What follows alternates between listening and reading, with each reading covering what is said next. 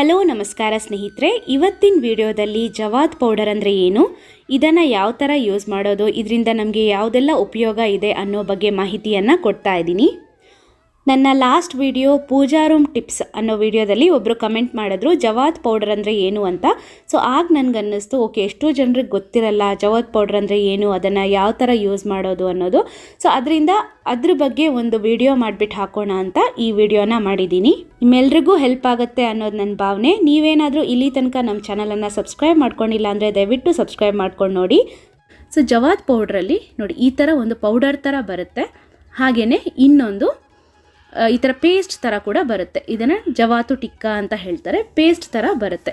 So ಪೌಡರನ್ನು ಯಾವ ಥರ use ಮಾಡ್ಬೋದು, ಯಾವುದಕ್ಕೆಲ್ಲ ಯೂಸ್ ಮಾಡ್ಬೋದು, ಹಾಗೆಯೇ ಈ ಥರ ಪೇಸ್ಟನ್ನು ಯಾವುದಕ್ಕೆಲ್ಲ ಯೂಸ್ ಮಾಡ್ಬೋದು ಅನ್ನೋದನ್ನು ಕಂಪ್ಲೀಟ್ ಮಾಹಿತಿನ ಈ ವಿಡಿಯೋದಲ್ಲಿ ನಾನು ನಿಮಗೆ ಕೊಡ್ತಾ ಇದ್ದೀನಿ. ಸೊ ಮೊದಲಿಗೆ ಇದರ ಪ್ರೈಸ್ ಎಷ್ಟು ಅಂತ ನೋಡೋಣ. ಈ ಜವಾತ್ ಟಿಕ್ಕಾ ಅಥವಾ ಏನಿದು ಪೇಸ್ಟ್ ಥರ ಬರುತ್ತೆ ಅಂತ ಹೇಳಿದೆ, ಇದ್ರ ಪ್ರೈಸು 50 ರೂಪಾಯಿ. ಹಾಗೆಯೇ ಈ ಜವಾತ್ ಪೌಡರ್ ಬರುತ್ತೆ ನೋಡಿ, ಇದ್ರ ಕಾಸ್ಟು 30 ರೂಪಾಯಿ. ಇದೇನು ಜಾಸ್ತಿ ಕಾಸ್ಟ್ಲಿ ಇಲ್ಲ, ತುಂಬ ಕಮ್ಮಿ ಆದರೂ ಇದರಿಂದ ಇರೋ ಬೆನಿಫಿಟ್ಸ್ ಇದೆಯಲ್ವ, ಅದು ತುಂಬಾ ಜಾಸ್ತಿ ಇದೆ, ತುಂಬಾ ಹೆಲ್ಪ್ ಇದೆ ಇದರಿಂದ ಅಂತಲೇ ನಾನು ಹೇಳ್ತೀನಿ. ಮೊದಲಿಗೆ ಇದು ಯಾವ ಥರ ಇದೆ ಅಂತ ನಿಮಗೆಲ್ಲ ತೋರಿಸ್ತೀನಿ ನೋಡಿ. ಈ ಥರ ಬಾಕ್ಸಲ್ಲಿ ಬಂದಿರುತ್ತೆ, ಒಳಗಡೆ ಒಂದು ಪುಟ್ಟ ಸ್ಟೀಲ್ ಡಬ್ಬದಲ್ಲಿ ಹಾಕ್ಬಿಟ್ಟು ಕಳಿಸಿರ್ತಾರೆ. ಸೊ ಇದನ್ನು ಓಪನ್ ಮಾಡಿದ್ರೆ ಒಂದು ಪೇಸ್ಟ್ ಥರ ಇದೆ ನೋಡಿ, ಇದು ಜವಾದು ಪೇಸ್ಟು. ಇದ್ರ ಫ್ರಾಗ್ರೆನ್ಸ್ ಅಂತೂ ಎಷ್ಟು ಚೆನ್ನಾಗಿದೆ ಅಂದರೆ, ನೀವು ಅದನ್ನು ಒಂದ್ಸಲ ಬೈ ಮಾಡಿದ್ರೆ ನೆಕ್ಸ್ಟ್ ಯಾವಾಗಲೂ ನೀವು ಬೈ ಮಾಡ್ತಾನೆ ಇರ್ತೀರ, ಅಷ್ಟು ಚೆನ್ನಾಗಿದೆ ಇದ್ರ ಫ್ರಾಗ್ರೆನ್ಸು. ಹಾಗೆಯೇ ಇದು ಇನ್ನೊಂದು ಪೌಡರ್ ರೀತಿಯಲ್ಲೂ ಕೂಡ ಬರುತ್ತೆ. ಪೇಸ್ಟ್ ಮತ್ತು ಪೌಡ್ರು 2 ಟೈಪಲ್ಲಿ ನಿಮಗೆ ಬರುತ್ತೆ. ನಿಮ್ಗೆ ಯಾವ್ದು ಬೇಕು ಅಂತ ನೋಡಿಕೊಂಡು ನೀವು ಬೈ ಮಾಡ್ಕೋಬೋದು.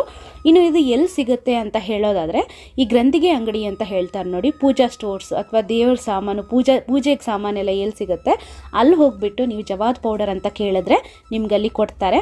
ಇಲ್ಲ ನಿಮಗೆಲ್ಲೂ ಸಿಕ್ಕಿಲ್ಲ ಅನ್ನೋರು ಈ ಆನ್ಲೈನ್ ಕೂಡ ಬೈ ಮಾಡ್ಬೋದು. ಆನ್ಲೈನ್ ಬೇಕಾದರೆ ನಾನು ಲಿಂಕನ್ನು ಡಿಸ್ಕ್ರಿಪ್ಷನ್ ಬಾಕ್ಸಲ್ಲಿ ಕೊಟ್ಟಿರ್ತೀನಿ, ಅಲ್ಲಿ ಹೋಗ್ಬಿಟ್ಟು ಚೆಕ್ ಮಾಡಿಕೊಂಡು ಅಲ್ಲಿಂದಲೂ ನೀವು ಬೈ ಮಾಡ್ಕೋಬೋದು.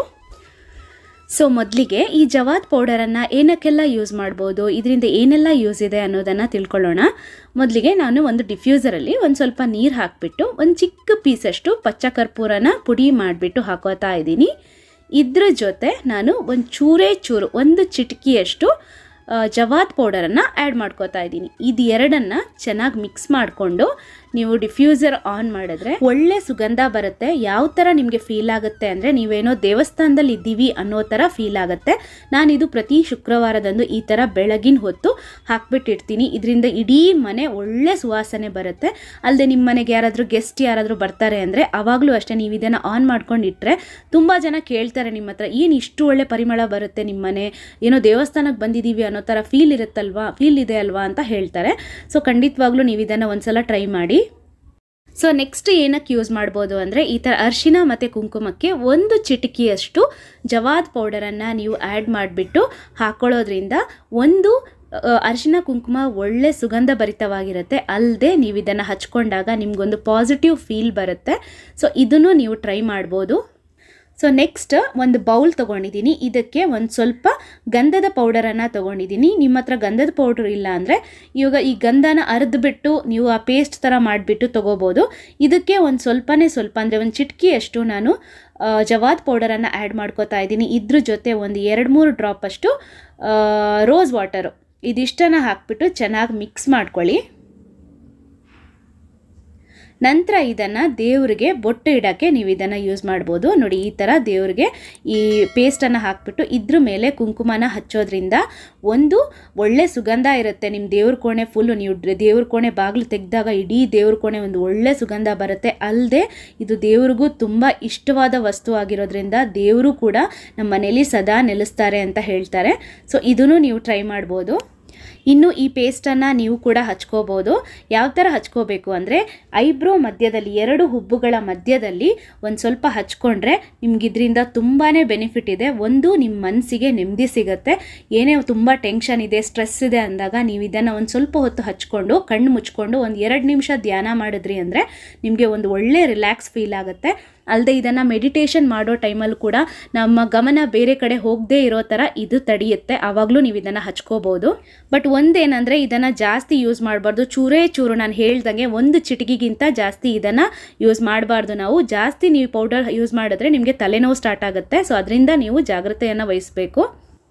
ಅಲ್ಲದೆ ಮಕ್ಕಳು ಓದೋ ಟೈಮಲ್ಲಿ ಇದನ್ನೊಂಚೂರು ಅವರ ಹಣೆಗೆ ಹಚ್ಚೋದ್ರಿಂದ ಅವರ ಏಕಾಗ್ರತೆ ಕೂಡ ಜಾಸ್ತಿ ಆಗುತ್ತೆ. ಸೊ ನೆಕ್ಸ್ಟ್ ಇದು ಜವಾದ್ ಪೇಸ್ಟು. ಇದನ್ನು ಯಾವ ಥರ ನಾವು ಯೂಸ್ ಮಾಡ್ಬೋದು ಅಂದರೆ, ನೀವು ನಿಮ್ಮ ಬೆರಳಲ್ಲಿ ಒಂದು ಚೂರು ಜವಾದ್ ಪೇಸ್ಟನ್ನು ತೊಗೊಳ್ಳಿ. ನೋಡಿ, ನಾನು ಜಾಸ್ತಿ ತೊಗೊಂಡಿಲ್ಲ, ಚೂರು ತೊಗೊಂಡಿದ್ದೀನಿ. ಇದನ್ನು ನಿಮ್ಮ ಕೈಗೆ ಹಚ್ಬಿಟ್ಟು ಚೆನ್ನಾಗಿ ರಬ್ ಮಾಡ್ಕೊಳ್ಳಿ.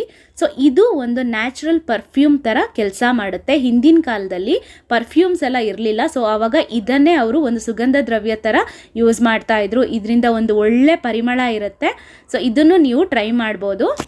ಇದನ್ನು ಬರೀ ಕೈಗೆ ಮಾತ್ರ ಅಲ್ಲ, ನಿಮ್ಮ ಶೋಲ್ಡರ್ ಹತ್ತಿರ ಇಲ್ಲ ಕುತ್ತಿಗೆ ಹತ್ರನೂ ಒಂಚೂರು ಹಚ್ಕೊಳ್ಳೋದ್ರಿಂದ ನಿಮ್ಮ ಫುಲ್ ಬಾಡಿ ಒಳ್ಳೆ ಫ್ರೆಗ್ರೆನ್ಸ್ ಬರುತ್ತೆ. ಇದನ್ನು ಟ್ರೈ ಮಾಡಿ. ಇನ್ನು ನಮ್ಮ ಹತ್ರ ಪೇಸ್ಟ್ ಇಲ್ಲ, ಬರೀ ಪೌಡರ್ ಮಾತ್ರ ಇರೋದು ಅಂದರೆ ನೀವು ಏನು ಮಾಡ್ಬೋದು ಅಂದರೆ, ಒಂದು ಚಿಟಿಕೆಯಷ್ಟು ಪೌಡರನ್ನು ನಿಮ್ಮ ಕೈಯಲ್ಲಿ ತೊಗೊಂಡು ಇದಕ್ಕೆ ಸ್ವಲ್ಪ ರೋಸ್ ವಾಟರನ್ನು ಮಿಕ್ಸ್ ಮಾಡಿಕೊಂಡು ಇದನ್ನು ಕೂಡ ನೀವು ಅದೇ ಥರ ಹಚ್ಕೋಬೋದು ಕೈಗೆ ಅಥವಾ ನಿಮ್ಮ ನೆಕ್ ಅಂದರೆ ಕುತ್ತಿಗೆ ಹತ್ರ. ಇದನ್ನು ಹಚ್ಕೊಳ್ಳೋದ್ರಿಂದ ಇದು ಕೂಡ ಸೇಮ್ ಪರ್ಫ್ಯೂಮ್ ಥರ ಕೆಲಸ ಮಾಡುತ್ತೆ. ಸೊ ನೆಕ್ಸ್ಟ್ ಇದನ್ನು ಯಾವ ಥರ ಯೂಸ್ ಮಾಡ್ಬೋದು ಅಂದರೆ, ನೋಡಿ, ಇಲ್ಲಿ ಜವಾದ್ ಪೌಡ್ರನ್ನ ಒಂದು ಚಿಕ್ಕ ಪ್ಲೇಟಲ್ಲಿ ನಾನು ಹಾಕೋತಾ ಇದ್ದೀನಿ. ಒಂದು ಚಿಟಕಿ, ಅದಕ್ಕಿಂತ ಜಾಸ್ತಿ ತೊಗೋತಾ ಇಲ್ಲ. ಸ್ವಲ್ಪ ಜವಾದ್ ಪೌಡ್ರು, ಒಂದು ಚಿಕ್ಕ ಪ್ಲೇಟು, ಇಲ್ಲ ಅಂದರೆ ಯಾವುದಾದ್ರೂ ಒಂದು ಟಿಶ್ಯೂ ಪೇಪರಲ್ಲೂ ನೀವು ಇದನ್ನು ಹಾಕೋಬೋದು. ಇದನ್ನು ನೀವು ಬಟ್ಟೆ ಇಡೋ ಜಾಗದಲ್ಲಿ, ನಿಮ್ಮ ಅಲ್ಮಿರಾ ಇರ್ಬೋದು ಅಥವಾ ವಾರ್ಡ್ರೋಬ್ ಇರ್ಬೋದು, ಅಲ್ಲಿ ಇಡೋದ್ರಿಂದ ನಿಮ್ಮ ಇಡೀ ಅಲ್ಮಿರಾ ಅಥವಾ ವಾರ್ಡ್ರೋಬ್ ಒಂದು ಒಳ್ಳೆ ಸುಗಂಧ ಬೀರುತ್ತೆ. ಹಾಗೆಯೇ ಇದನ್ನು ನೀವು ನಿಮ್ಮ ಬುಕ್ ಶೆಲ್ಫಲ್ಲಿ ಕೂಡ ಯೂಸ್ ಮಾಡ್ಬೋದು. ಬುಕ್ಸ್ ಇಡೋ ಜಾಗದಲ್ಲಿ ಜಾಸ್ತಿ ಟೈಮ್ ಇದನ್ನು ಕ್ಲೋಸ್ ಮಾಡಿಬಿಟ್ಟು ಇಟ್ಟಿದ್ರೆ ಒಂಥರ ಸ್ಮೆಲ್ ಬರುತ್ತೆ ಬುಕ್ಸದು. ಸೊ ಆ ಟೈಮಲ್ಲಿ ಈ ಥರ ಒಂದು ಸ್ವಲ್ಪ ಪೌಡ್ರನ್ನು ಇಡೋದ್ರಿಂದ ಇಡೀ ಬುಕ್ ಶೆಲ್ಫು ನಿಮ್ಮದು ಒಳ್ಳೆ ಸುಗಂಧ ಬೀರುತ್ತೆ. ಇದನ್ನು ನೀವು ಒಂದು 2-3 ಜಾಗದಲ್ಲಿ ಇಡಬೇಕಾಗತ್ತೆ. ಚಿಕ್ಕ ಪ್ಲೇಟಲ್ಲಿ ಅಥವಾ ಟಿಶ್ಯೂ ಪೇಪರಲ್ಲಿ ಹಾಕಿಬಿಟ್ಟು ನೀವು ಇಡ್ಬೋದು.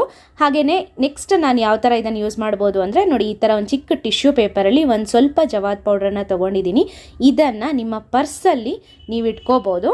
ಈ ಥರ ಪರ್ಸಲ್ಲಿ ಅಥವಾ ನಿಮ್ಮ ಬ್ಯಾಗಲ್ಲಿ ನೀವು ಈ ಥರ ಇಟ್ಕೊಳ್ಳೋದ್ರಿಂದ ಒಂದು ನಿಮ್ಮ ಬ್ಯಾಗ್ ಅಥವಾ ಪರ್ಸ್ ಒಂದು ಒಳ್ಳೆ ಸುವಾಸನೆ ಬೀರುತ್ತೆ. ಅಲ್ಲದೆ ಇದು ಧನ ಆಕರ್ಷಣೆ ಮಾಡುತ್ತೆ ಅಂತಲೂ ಹೇಳ್ತಾರೆ. ಸೊ ನೆಕ್ಸ್ಟ್ ಈ ಥರ ಉರ್ಲಿ ತೊಗೊಳ್ಳಿ. ಇದರಲ್ಲಿ ಒಂದು ಸ್ವಲ್ಪ ನೀರು ಹಾಕ್ಕೊಂಡು ಒಂದು ಸ್ವಲ್ಪ ಜವಾದ್ ಪೌಡರು, ಒಂದು ಸ್ವಲ್ಪ ಅರಿಶಿನ, ಹಾಗೆಯೇ ಒಂದು ಚಿಕ್ಕ ಪೀಸಷ್ಟು ಪಚ್ಚ ಕರ್ಪೂರನ ಪುಡಿ ಮಾಡಿಬಿಟ್ಟು ಹಾಕೋತಾ ಇದ್ದೀನಿ.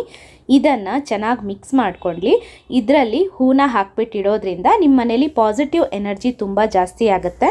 ಸೊ ನೆಕ್ಸ್ಟ್ ದೇವ್ರ ಕೋಣೆ ಕ್ಲೀನ್ ಮಾಡೋವಾಗ ಒಂದು ಸ್ವಲ್ಪ ನೀರಿಗೆ ಒಂದು ಸ್ವಲ್ಪ ಅರಿಶಿನ, ಹಾಗೆಯೇ ಒಂದು ಸ್ವಲ್ಪ ಜವಾದ್ ಪೌಡರು, ಹಾಗೆಯೇ ಒಂದು ಸ್ವಲ್ಪ ಪಚ್ಚ ಕರ್ಪೂರ, ಇದ್ರ ಜೊತೆ ಒಂದು 2-3 ಡ್ರಾಪಷ್ಟು ರೋಸ್ ವಾಟರನ್ನು ಹಾಕ್ಕೊಂಡು ಇದನ್ನು ಚೆನ್ನಾಗಿ ಮಿಕ್ಸ್ ಮಾಡಿಕೊಂಡು ಇದರಿಂದ ದೇವ್ರ ಕೋಣೆ ಎಲ್ಲ ಕ್ಲೀನ್ ಮಾಡೋದ್ರಿಂದ ಒಂದು ದೇವ್ರ ಕೋಣೆ ಒಂದು ಒಳ್ಳೆ ಪರಿಮಳ ಬರುತ್ತೆ. ಹಾಗೆಯೇ ಮಹಾಲಕ್ಷ್ಮಿ ಸದಾ ನಮ್ಮ ಮನೆಯಲ್ಲಿ ನೆಲೆಸಿರ್ತಾಳೆ ಅಂತಲೂ ಹೇಳ್ತಾರೆ. ಸೊ ನೆಕ್ಸ್ಟ್ ಒಂದು ಪುಟ್ಟ ಮಣ್ಣಿನ ಬೌಲ್ ತೊಗೊಳ್ಳಿ, ಇಲ್ಲಾಂದರೆ ಒಂದು ಹಣತೆ ತೊಗೊಂಡ್ರೂ ಓಕೆನೆ. ಸೊ ಇದಕ್ಕೆ 1 ಸ್ಪೂನಷ್ಟು ಸೋಂಪು ಕಾಳು, 1 ಪೀಸಷ್ಟು ಪಚ್ಚ ಕರ್ಪೂರ, 2 ಏಲಕ್ಕಿ, 2 ಲವಂಗ, ಹಾಗೆಯೇ ಒಂದು ಸ್ವಲ್ಪ ಜವಾದ್ ಪೌಡರು, ಇದಿಷ್ಟನ್ನು ಹಾಕಿ ಚೆನ್ನಾಗಿ ಮಿಕ್ಸ್ ಮಾಡಿ ದೇವ್ರ ಕೋಣೆಯಲ್ಲಿ ಇಡೋದ್ರಿಂದ ಮಹಾಲಕ್ಷ್ಮಿ ಸದಾ ನಮ್ಮ ಮನೇಲಿ ನೆಲೆಸಿರ್ತಾರೆ. ಹಾಗೆಯೇ ದೀಪ ಹಚ್ಚೋ ಎಣ್ಣೆಗೂ ಅಷ್ಟೇ ಒಂದು ಸ್ವಲ್ಪ ಜವಾದ್ ಪೌಡರು, ಹಾಗೆಯೇ ಒಂದು ಚಿಕ್ಕ ಪೀಸಷ್ಟು ಪಚ್ಚ ಕರ್ಪೂರದ ಪುಡಿಯನ್ನು ಹಾಕ್ಕೊಂಡು ಇದರಿಂದ ದೀಪ ಹಚ್ಚೋದ್ರಿಂದ ಪಾಸಿಟಿವ್ ಎನರ್ಜಿ ಜಾಸ್ತಿ ಆಗುತ್ತೆ.